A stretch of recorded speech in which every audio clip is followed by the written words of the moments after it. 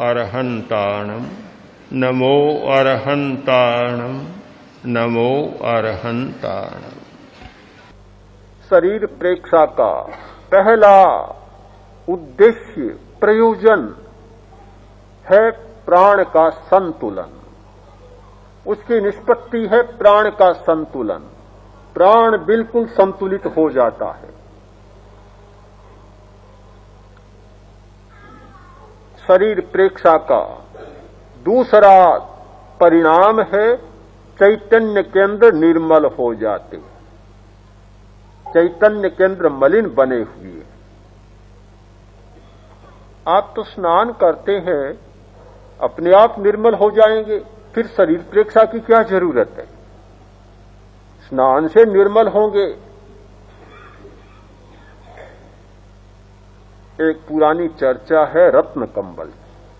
रत्न कंबल होती थी, जब मैली हो जाती तो उसे साफ करने के लिए धुलाई करनी जरूरत होती। पानी से नहीं धुलाई होती उसकी। रत्न कंबल की धुलाई करने के लिए आग जलानी पड़ती। आग में डालो और रत्न कंबल निर्मल बन जाएगी। पानी में डालो कुछ भी परिवर्तन नहीं होगा। तो ये हमारे चैतन्य केंद्र रत्न कंबल हैं। इनकी धुलाई पानी से नहीं होती, इनका मैल पानी से नहीं साफ होता। इनकी निर्मलता होगी, सफाई होगी आग के द्वारा। आग के द्वारा जहां शरीर प्रेक्षा हम करते हैं, चैतन्य केंद्रों की प्रेक्षा करते हैं, तब प्रेक्षा के समय वह विद्युत की धारा, प्राण की धारा इतनी तेज वहां जाती है कि जो मैल जमा हुआ है वह मैल साफ हो जाता है और वह विद्युत चुंबकीय क्षेत्र बन जाता है, मैग्नेटिक फील्ड्स बन जाता है। निर्मलता आ जाती है और उस निर्मलता में से चैतन्य अभिव्यक्त हो सकता है, बाहर प्रकट हो सकता है। सामान्य नियम को लोग जानते हैं कि लालटेन का शीशा जब अंधा हो जाता है, बाहर पूरा प्रकाश नहीं आता। ढक्कन दे दो, बाहर प्रकाश नहीं आएगा। बल्ब पर ढक्कन दे दो, प्रकाश बाहर नहीं आएगा। लाल लगा दो कपड़ा या प्लास्टिक, लाल रंग आएगा। पीला लगा दो तो पीला रंग आएगा। जैसा करोगे वैसा आएगा। हमारा चैतन्य केंद्र जब तक निर्मल नहीं होगा, तब तक भीतर में ज्ञान कितना ही भरा पड़ा है, पर वह बाहर नहीं फूटेगा। उसकी रश्मियां बाहर को प्रकाशित नहीं कर पाएंगी। इसलिए चैतन्य केंद्रों को निर्मल बनाना जरूरी है। शरीर प्रेक्षा और के द्वारा वे चैतन्य केंद्र निर्मल हो जाते हैं। चैतन्य केंद्र की प्रेक्षा से और अधिक प्राण धारा वहां इकट्ठी होती है और वे निर्मल बन जाते हैं।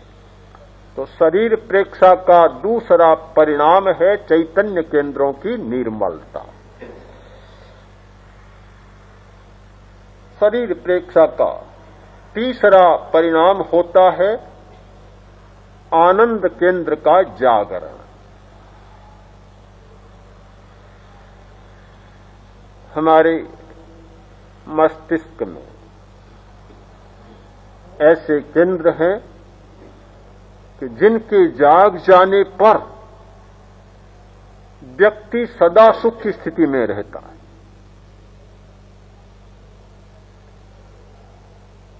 विज्ञान की भाषा में दो लघु ग्रंथियां हैं पिछले भाग में, एक सुख की और एक दुख की सटी हुई। वे ग्रंथियां जागृत हो जाएं, एक ग्रंथि जागृत होए तो आदमी बहुत सुख में रहता है और दूसरी जाग जाए तो आदमी बहुत दुख में चला जाता है। आनंद का केंद्र भी हमारे भीतर है। यदि विद्युत का ठीक प्रवाह वहां पहुंचे, प्राणधारा का ठीक प्रवाह वहां पहुंचे, पूरा ताप लगे और उसको जगा पाए, तो फिर आनंद ही आनंद हो जाता है। समता, साम्य, अनुकूल और प्रतिकूल स्थिति में एक समान भाव रहना यह असंभव नहीं है, संभव है। हजारों हजारों साधकों ने इन स्थितियों को संभव बनाया और वैसा जीवन जिया। कठिनाई आने पर कोई परिवर्तन नहीं आया। ये तभी संभव है कि वह आनंद का केंद्र, समता का केंद्र जागृत हो जाए। शरीर प्रेक्षा के द्वारा वह केंद्र जागृत होता है। शरीर प्रेक्षा के 3 परिणाम,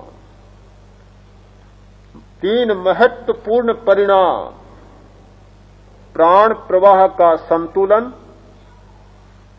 चैतन्य केंद्र की निर्मलता और आनंद केंद्र का जागरण। यह शरीर प्रेक्षा आध्यात्मिक है, बहुत बड़ा आध्यात्मिक तत्व है, साथ साथ शारीरिक और मानसिक तत्व भी बहुत बड़ा है। स्वास्थ्य के लिए भी बहुत बड़ी चिकित्सा है प्राण चिकित्सा। शरीर प्रेक्षा करने वाला केवल आध्यात्मिक साधना ही नहीं करता है, साथ साथ में प्राण चिकित्सा का प्रयोग भी कर रहा है, बीमारियों की चिकित्सा भी कर रहा है।